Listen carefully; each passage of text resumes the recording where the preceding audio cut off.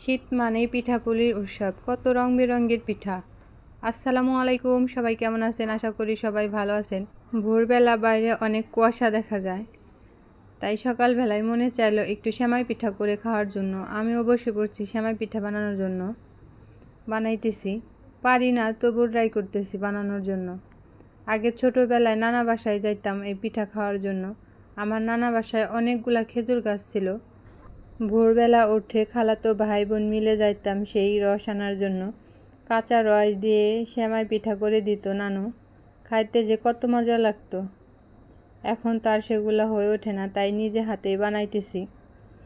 আর শীত পড়লে কি হবে, সেরকম করে গুঁড়ো ওঠে নাই, তাই আমি চিনি দিয়ে রান্না করতেছি। চিনি দিয়ে রান্না করে খাবো।